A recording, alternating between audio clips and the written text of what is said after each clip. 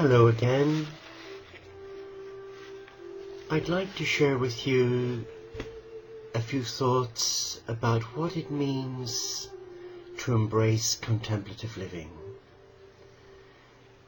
And with your permission, I would like to read from some of my notes because it's quite an in-depth subject and I only have 9.5 minutes. So would you please bear with me?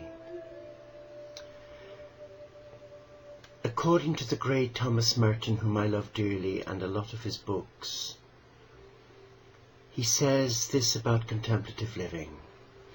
Contemplation is the highest expression of man's intellectual and spiritual life.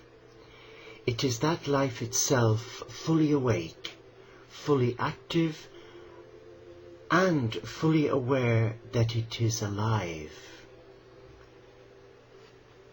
It is spiritual wonder. Contemplative living is spontaneous awe at the sacredness of life, of just being. It is gratitude for life, for awareness, and for being. It is a vivid realization of the fact that life and being in us proceed from an invisible, transcendent, and infinitely abundant source. Contemplation is, above all, an awareness of the reality of that source. Contemplative living is a way of life that involves dialogue with the soul of self, with the soul of God.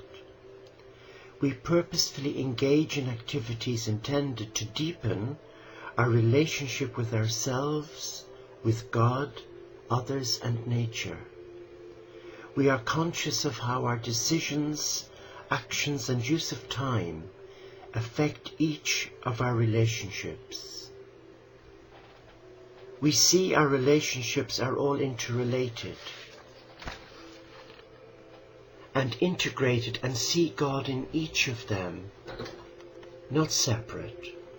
We take personal responsibility for each of our relationships.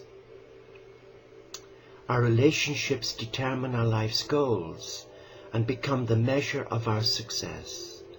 We are not distracted by meaningless activity, and our active life does not suffocate our contemplative nature.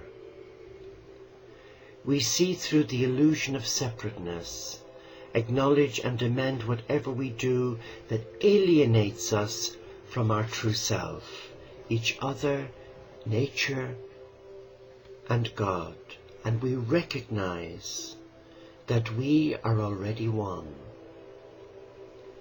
Our spiritual contemplative life becomes one with our active daily life.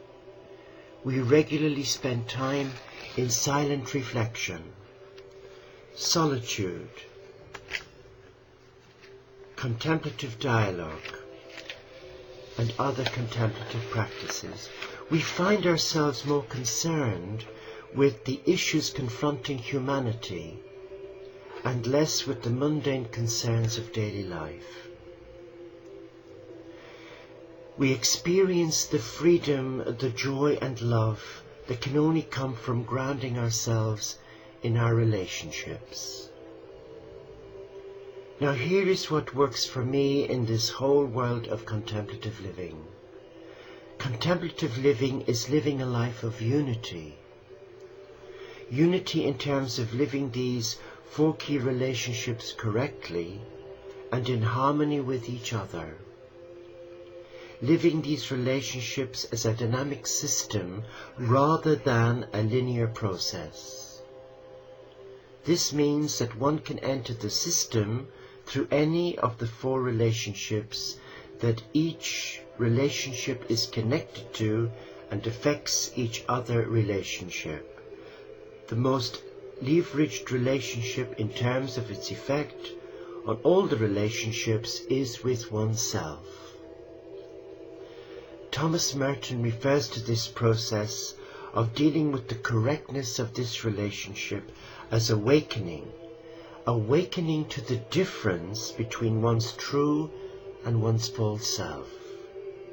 The true self being that part of us that is God-centered and driven by love, versus the false self which is ego-centered and driven by narcissism. The best way for me to grasp this truth is to realize that I am made in the image of God, not my parents, not Piccadilly Circus, not O'Connell Street, and certainly not Belfast. I attended, and not the clubs I may belong to. All of these ever-present forces in my life have influenced who I believed I was, my ego self, but not who I really am, thank God. Do you consider yourself a contemplative person? Would you say that you live contemplatively? Having asked these questions of hundreds of people, we find that most people do not see themselves as contemplatives or feel they are living contemplatively. Most define contemplative living as leading a less busy, quieter life or engaging in certain practices such as meditation, cantering, prayer or yoga. In the popular imagination, contemplative living is still influenced by the close connection between contemplation and monks and nuns who leave the world and live in monasteries. When asked, however, whether they had a desire or felt a need to live more contemplatively, 95% of those surveyed responded positively. This response may reflect a desire to escape the distressing and hectic pace of life, but it may also express a sincere desire for a closer relationship with God. Contemplation is about loving God. It is the way I speak with God. It is the way God speaks to me. It is a way of praying. It brings ultimate joy and peace to my heart and to my life. It is the most real phenomenon in my life. Contemplation is a way of life, as I explained. It's coming into that closer intimacy with divine oneness. It's allowing yourself to be yourself.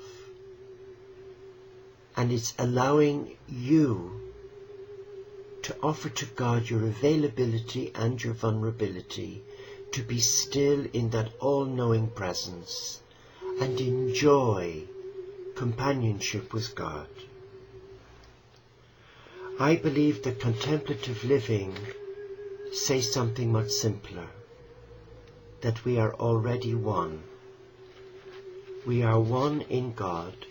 We are one in His Spirit. And that implies that we are living a contemplative life with that knowledge that we are one in spirit, that we are already connected with God. So that when we make time to be still and reflect in the presence of God, when we seek God above self and all others, then something wonderful happens.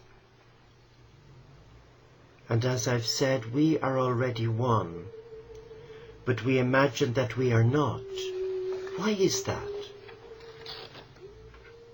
And what we have to recover is our original unity. What we have to be is what we are.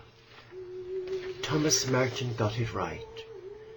A great man who offers us a clearer understanding and certainly a role model to follow in this modern world, like us who live the simple life in the footsteps of Francis in our monastery without walls.